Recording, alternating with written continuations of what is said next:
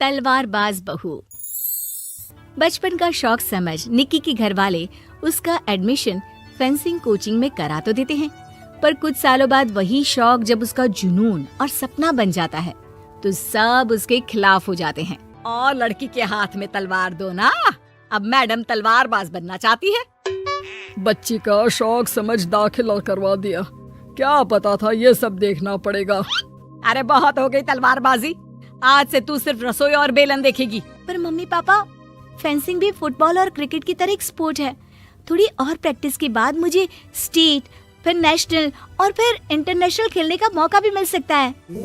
निक्की की बात से भड़के हुए घर वाले आगे कुछ सुने या समझे बिना उसके घर में रहने का ऐलान कर देते हैं, जिसके कुछ हफ्तों बाद निक्की की आयुष के साथ शादी हो जाती है। ससुराल पहुंचने के कुछ दिनों बाद बहुत हिम्मत के साथ निक्की फिर वही फरियाद लिए इस बार अपनी सास के पास जाती है। मम्मी जी, क्या मैं कोचिंग दोबारा शुरू कर सकती हूँ? कैसे कोचिंग? तेरे मम्मी पापा ने तो हमें किसी कोचिंग या पढ़ाई के बारे में नहीं बताया। वो पढ़ाई नहीं, फेंसिंग की कोचिंग है। अरे देख, अपने अंग्रेजी के बड़े बड़े शब्द ना मुझसे ना बोला कर, सीधे सीधे बता कि ये फेंसिंग है क्या। मम्मी पापा के साथ अपने एक्सपीरियंस के बाद निक्की कोई रिस्क ना लेते हुए सास से झूठ बोल मंजूरी ले लेती है और इसी के साथ निक्की के सपनों की दुनिया शुरू हो जाती है, जिसमें अब वो सुबह उठ जल्दी जल्दी घर का सारा काम खत्म करके ज्यादा से ज्यादा समय अपनी फेंसिंग प्रैक्टिस में बिताने लगती है। इसी तरह महीने बीत जाते हैं। वाओ, आई कांट बिलीव, जो सपना एक बार नामुमकिन लग रहा था, आज मैं उससे सिर्फ 2 हफ्ते दूर हूँ। निक्की, तुम बहुत अच्छा कर रही हो, बस अपने फॉर्म को खराब मत होने देना और नेशनल्स का मेडल तुम्हारे गले में आना पक्का है। इस बात को सुनकर निक्की नेशनल गेम की खुशी में झूमती हुई जैसे ही उस शाम घर पहुंचती है तो आयुष को पैर में प्लास्टर के साथ सोफे पर बैठा देख परेशान हो जाती है। ये क्या, कैसे हुआ? किसी ने मुझे फोन क्यों नहीं किया? ऑफिस से आते हुए रास्ते में किसी ने टक्कर मार दी, इसलिए बहू कल से इसके ठीक होने तक तू कोचिंग से छुट्टी ले ले, डॉक्टर ने पूरा बेड रेस्ट बोला है। पति की हालत और सास की बात से हैरान परेशान निक्की आगे कुछ बोले बिना अपने कमरे में चली जाती है। अब मैं क्या करूंगी? दोनों तरफ मेरी जिम्मेदारी है, अगर एक भी पूरी नहीं की तो लाइफ में दोबारा सुकून की सांस नहीं ले पाऊंगी। सच बता दूं क्या? नहीं, अगर इन्होंने भी घर में कैद कर लिया तो बचा कुचा मौका भी खो दूंगी। भगवान, आपने मुझे कहाँ फंसा दिया?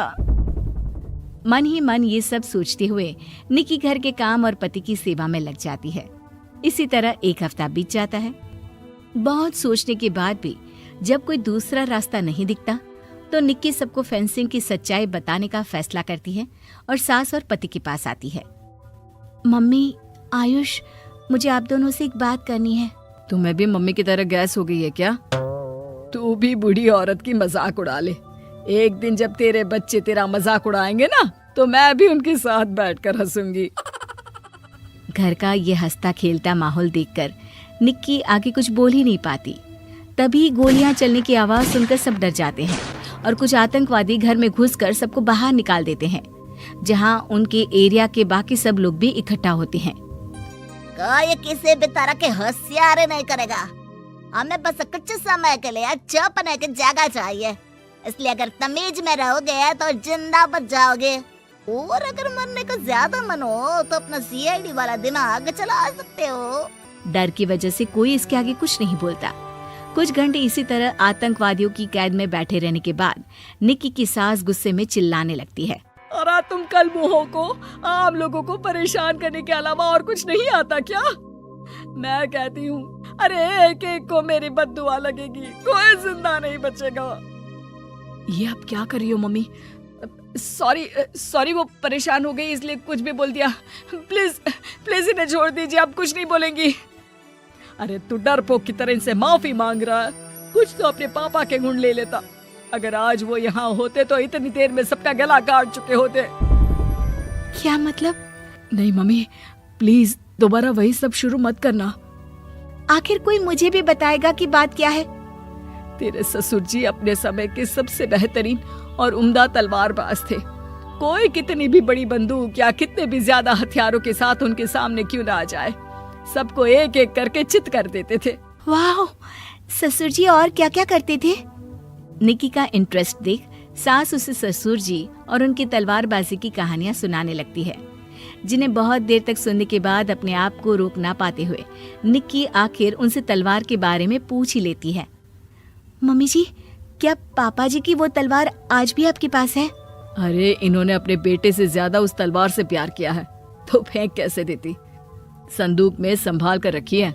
आयुष की बात सुन निक्की की आंखें चमक उठती हैं और वो सब कुछ भूल तलवार निकालने की बात कर बैठती है, जिसे सुन बाकी दोनों की आंखें फट जाती हैं।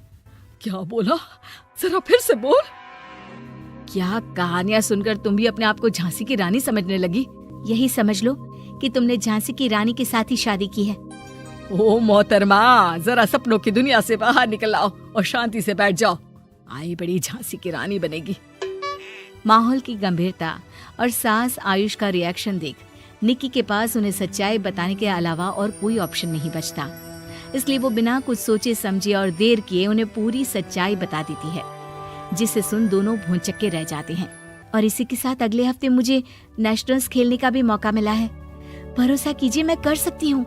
निक्की की बातों से अभी तक सदमे में बैठे आयुष और सास उनकी तबीयत खराब होने का बहाना बनाते हैं और दवाइयाँ लाने के बहाने घर के अंदर जाने की बात करते हैं, जिस पर एक आतंकवादी भी उनके साथ घर के अंदर जाता है। निक्की दवाइयाँ लेने के बाद बाथरूम का बहाना बनाकर सास के कमरे में पहुंच जाती है। अब क्या बाथरूम भी साथ चलोगे? यहीं कमरे में रुको। 5 मिनट में बाहर नहीं आई तो अंदर आकर सारी गालियां सिर में उतार दूंगा। निक्की बाथरूम के अंदर चली जाती है। अब क्या करूं? तलवार कैसे निकालूं? मुझे किसी भी तरह इससे छुटकारा पाना होगा। सोच निक्की, जल्दी कुछ सोच। कुछ देर परेशान बाथरूम में इधर से उधर घूमने के बाद निक्की की नजर फर्स्ट एड बॉक्स पर पड़ती है और वो तुरंत उसमें से कैंची निकालकर उसे छुपाते हुए चुपचाप बाहर निकल आती है। हो गया तुम्हारा सारा नाटक खत्म, अब चुपचाप ये दवाइयाँ उठाकर बाहर चलो। ऐसा बोलकर जैसे ही आतंकवादी मुड़ता है, निक्की तुरंत उसकी गर्दन पर कैंची से वार कर देती है और उसकी बंदूक हाथ में लिए संदूक से तलवार निकालने लगती है, जिसके कुछ देर बाद वो घर के पीछे वाली खिड़की से बाहर निकलकर छुपकर एक एक करके सब आतंकवादियों पर वार करके उन्हें घायल कर देती है। अब सारे पब्लिक की कैद में आ जाते हैं।